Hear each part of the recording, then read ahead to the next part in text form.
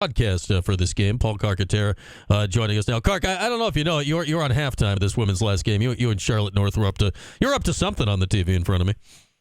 Yeah, doing our little halftime bits. I'm watching the game, so I did get to see it. Okay, there we are. Yeah, I looked up. I'm like, I know that guy. He's going to be on the air here shortly. So we got this game going right now. All right, if you're watching this game, you know the women's last game. Any analysis of what's going on in this one in front of our face here?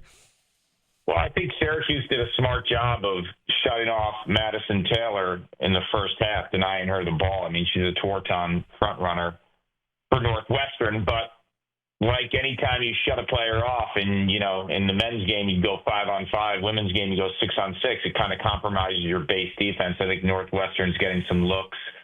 I think the Orange offense in the first half was really struggling in that first part of the first half. I think they only had 4 shots and 1 shot on goal after the first 10 to 12 minutes. So they started heating up, and Emma Ward looks pretty good. But I think Northwestern just, the draw control, Delaney Schweitzer in the cage, who used to play at Syracuse, is now using her last year at Northwestern. I think in the end, they just have a little bit more experience, deeper bench at the midfield.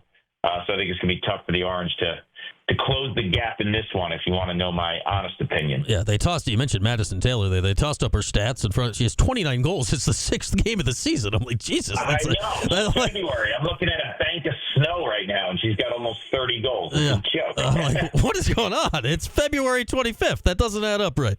All right, Kark. Speaking of things that need a little improvement right now, the Orange men's lacrosse team has skidded here a bit the last 2 games with the loss to Maryland and lost to Harvard. What'd you make of those two? Because the Maryland felt like very much like a thing we've seen before, and the Harvard one, I'm like, how did that happen with the big lead and the face-off advantage in that game? I think we'll start with the Maryland game. John Tillman does such a fantastic job of preparing his team. The Maryland head coach, he's won a couple national titles, and he seems like to be a mainstay championship weekend every May. I think he took away the Orange's threats from the midfield. He really pressed out, made them uncomfortable as Dodgers. And, Syracuse was averaging, heading into that game, 18 goals per game in their first 3 games, and then they were held to 7. But more than scheme, to me, it was about a team that was accustomed to playing in the elements. And I try to explain this to people. They think, up at Syracuse, you're playing in cold weather. Syracuse is the warmest weather lacrosse team in the country. They never step outside. The first time I believe they stepped outside prior to the Maryland game was the Friday walkthrough when they were in the state of Maryland. So they were not prepared to play in those conditions. It was like 40 degrees, kind of slushy /rain/snow. In Maryland, I know for a fact, practiced all week in those conditions. And you can't tell me that guys like Bill Belichick and John Tillman, who always practice in the conditions, you can't tell me they don't know what they're doing. I mean, Belichick never used the indoor when he was at the New England Patriots. That's like well known. And John Tillman will never go inside unless he absolutely has to. And I think that game, a huge factor in that game was one team ready to play in those kind of conditions and the other team not. Now, segueing to Harvard, I was shocked that this team didn't respond with a W after the Maryland loss because of the experience they have on this team. I mean, this junior class is the top-rated class in the country coming in as recruits. They've taken their lumps. They went to basically from 500 to a playoff team and a quarterfinal loss a year ago to Denver, who went to the championship weekend. They lost by 1. So they were right on the brink of being a championship weekend team. With all that experience and essentially most of the team back, I'm shocked they didn't respond, especially after being up 5-0. If someone told you this, Brian, you're up 5-0, you're going to win 90% of the face-offs in this game, and the opposing goalie is going to be under 50%. Who in their right mind wouldn't take a W? I mean, you know how they do those algorithms of chances of winning? Yeah. If you gave me 5-0, winning 90% of the face-offs, opposing team's goalie under 50%, it would be like 99 point something. I can't believe they lost that game. And I'm putting a lot on the midfield. A lot of people are like, oh, it's got to be Spallina and Hill stepping up in these big spots. Against Harvard, Sam English had 3 goals. The rest of the entire midfield combined had 1 goal that came from Michael Leo. They need more production from the midfield. Those guys are getting the short sticks. They need to own their matchups so the defense for the opposing teams can spin. And then you look at the Maryland game, it was kind of a little bit of the same thing. Luke Roa had 1 goal. Trey Deer had 1 goal. The rest of the midfield, 0. So the midfield needs to step up. This was Jimmy McCool's first bad game of the season. He was under 50%. He was replaced by Michael Ippolito, who did okay in spots, but the goaltending position could have been better as well. So I look at the midfield for Syracuse with all the depth they have. I mean, going into the season and after watching the first 3 games, you're like, wow, they're like 9 deep at this spot. Well, they've only been 2 deep from a scoring perspective in their last 2 games in each of those contests. The team needs more from the midfield. Yeah, I mean, Kark, you look at it, it was 5. You're right. It's 5-0, and you mentioned the other stats. That's a 10-goal game. I mean, you look at that, and then obviously you lose the game. It's shocking just to. You can't lose that game. No. You can't lose that game. And it's not losing to Harvard, right? Like, Harvard's a perfectly good team. It's not that they lost to Harvard. It's the way the game went that I think is more mind-blowing than anything. It's certainly on the heels of Maryland. And you mentioned the midfield, and I said this, like, you look at the first few games of the season, and obviously you got to take the opponents in context. But when Syracuse offense is clicking, right, it's the prettiest thing going in the country. Like, you can't beat. Hands down. Yeah, you can't beat it. But, man, now you look at these last 2 games, and that's when you wonder and you start thinking forward to May, right? You don't get to win with pretty lacrosse every week in May. You got to have a second gear at some point. You can win with pretty lacrosse if someone is drawing a slide. Yeah. If someone draws a slide, that pretty ball movement will be on display. Coach Simmons used to say in the huddles to us, someone has to beat their man. It's that simple. It's a simple game. Like, who's winning your matchup?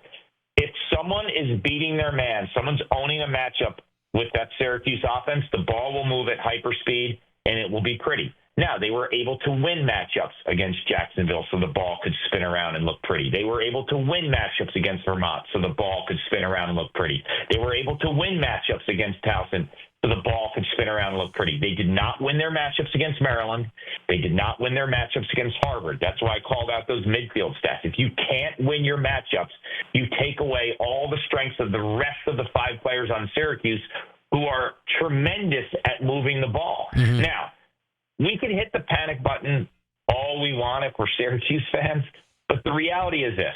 You didn't lose in, like, gross fashion. If I was a Virginia fan right now or I was a Yale fan, I'd be really nervous because I personally went to the Yale-Army game last Wednesday. It was 20 degrees in Connecticut. I needed some fresh air. My son needed some fresh air. We went to the Yale game. We sat there, and we watched a really, really bad performance by Yale. They lost by, was it 9 or 10 to Army? That's panic button mode. Virginia loses by 9 to Ohio State, who lost to Utah earlier in the year. That's panic mode because when you lose by 9 and you're supposed to be a top 10 team, which both of those teams were in the preseason, you panic because you're not even playing competitive lacrosse. Syracuse is playing competitive. They were winning at halftime against Maryland. They should have beaten Harvard. Flat out choke, right? That's the reality of that game. Yeah. So they're not losing in, like, ugly fashion. They just need to put it together, and they can put it together. They have all the talent, and there's really no weakness on this team outside of, like, reliable week in and week out dodging. And, as we got Paul Carcaterra with us, you put that on the midfield.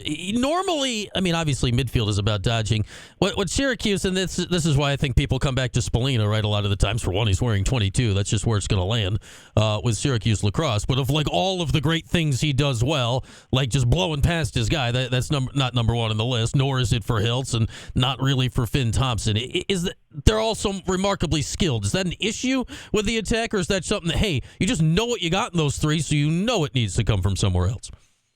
Well, it's an issue if you're not getting midfield production because then you put it all on their shoulders. Yeah. And the reality is, like, Joey Spallina, Owen Hiltz, and Finn Thompson are not blazers. They do their best dodging off of ball movement. So when the ball's spinning around, when Spallina or Hiltz catch a ball and they dodge off of ball movement and a poor approach by a defender, that's where they can create their one-on-one matchups, right? They're not the type of dodgers where they wave their hand in the air like a Mike Powell or a Gary Gayton. Everyone in the stadium knows they're going to the goal, and you still can't stop them. They're not those kind of Blazers. They have the potential to dodge off a ball movement, but the only way that they're going to be able to dodge off a ball movement is if the midfield is starting that rotation, and we're not getting that from the midfield right now. If you look at the way that it's kind of progressing, so if that continues, Spallina, Hiltz, and Thompson have to start dodging more, have to be more effective as Dodgers, but that's not their calling card. They're right. Phenomenal players. Spallina and Hiltz have incredible IQ. They're great passers. They're great scorers. They can dodge, but their dodging, I think, is best when it comes off the pick game, when it comes off of ball movement, and you use the two-man game, right? And you start slipping and doing those types of things. Harvard was really good, and Jerry Burns has been doing this for years at Notre Dame when he was a defense coordinator, now as a head coach for the last 5 years at Harvard. They don't care about picks, so they switch every time, so then you don't get that hedge. And when you watch like a Finn Thompson, he's so good at slipping picks because he toys with the pick guy, knowing that the pick guy has to decide to either jump it, go through, or go behind the pick. Harvard, it doesn't matter. They switch every time, and they're so good and consistent at spacing their switches that the pick game was kind of out of the mix in terms of finding that like pick and roll that Finn Thompson's so good at. What do you make of the Utah game this weekend? I know Utah's not very good here, but just the travel right involved with a game like this can kind of make things a little wonky. How do you expect this trip to affect Syracuse here this week? Utah, they beat Ohio State at Ohio State 19-13, right? They lost to Delaware by a goal. Denver was a Final Four team a year ago, lost by 2, and then they lost to Vermont, which they played in some bubble, I think, in New Hampshire. So, if I'm Syracuse, I'm concerned because you're going out west to the Wasatch Mountains, and there's going to be some distractions going on there. There's some clinics going on and doing those types of things for the program and helping grow the game out in Utah. This is a game where you have to right the ship. Like you don't have another opportunity to start slow. Like this is a huge statement game for Syracuse because like after 2 losses. And I thought, like I said, that after the Maryland loss, they'd flush that and they'd come out and they would really give it to Harvard, and they didn't. So now all the attention on is this Utah game, traveling to Utah, which is not going to be easy. Like you said, it could be a little wonky, and then you're facing Johns Hopkins the week after. So I think you have to figure this out now.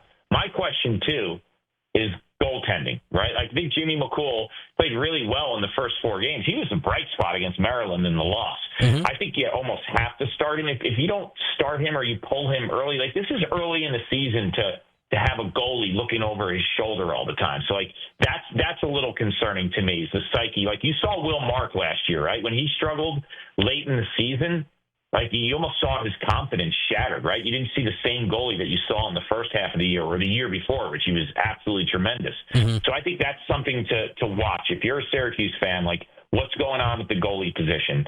Is it going to be Jimmy McCool, who I think deserves another opportunity to start? But is he going to be looking over his shoulder because the last time he didn't play so well, he got yanked? Yeah, and as we know with the goalie position, that is as much mental as it can be out there on the lacrosse field. All right, Kark, let's spread it out nationally. I'm looking at the top 10 here. There's a lot of stuff that is still kind of as we expected. Like Notre Dame's going to be good, and I know Hopkins lost last week, but Hopkins is going to be good. Maryland's good. Cornell's good. Yeah, we know all that.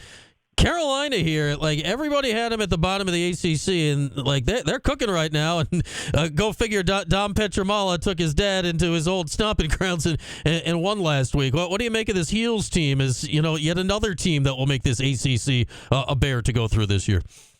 Yeah, I know. I think everyone thought like, Carolina, they'll be at the bottom or the basement of the ACC, and you got to deal with Notre Dame and Syracuse and. In Virginia and Duke, and then there's North Carolina. Well, I did that game, and North Carolina shot the lights out that day. I mean, Dom Petramala had the green light to shoot from the parking lot. He took 16 shots. Whoa! He scored 6, or it might have been 15. I mean, he scored 50. I think him and Owen Duffy combined for 29 shots, and the rest of the team only had 4. It's a bright spot that you have 2 guys who can shoot like that.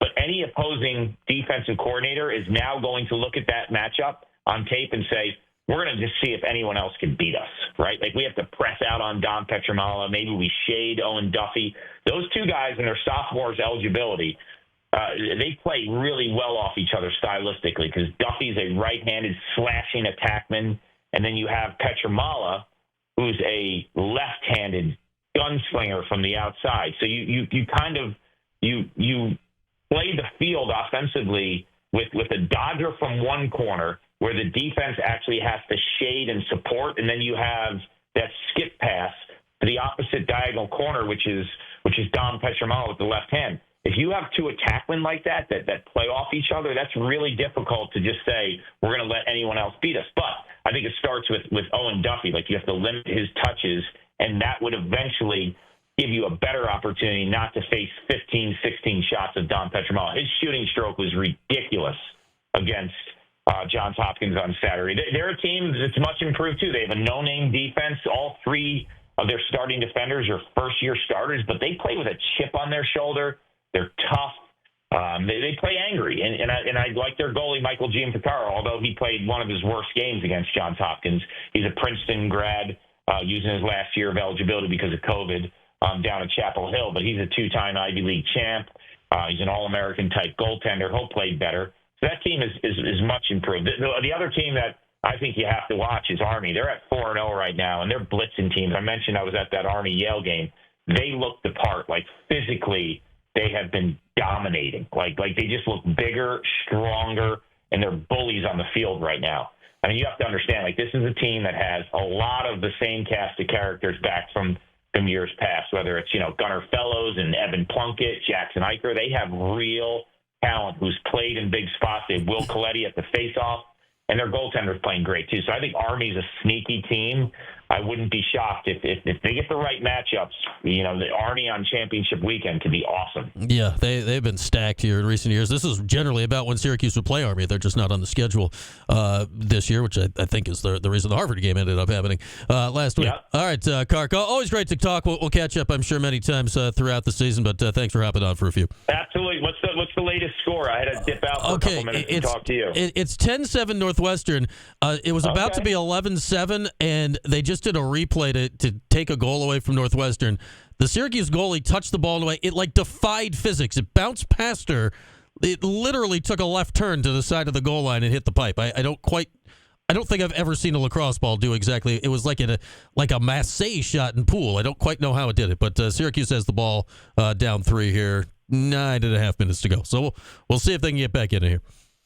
All right, my friend. Be well. All right, there he is, our guy Paul Carcaterra. Always great to chat lax with our guy Kark, and we will do so hopefully, deep into the month of May this year. The next guy coming in is hoping that as well, because we'll do some 4-on-1 with Tim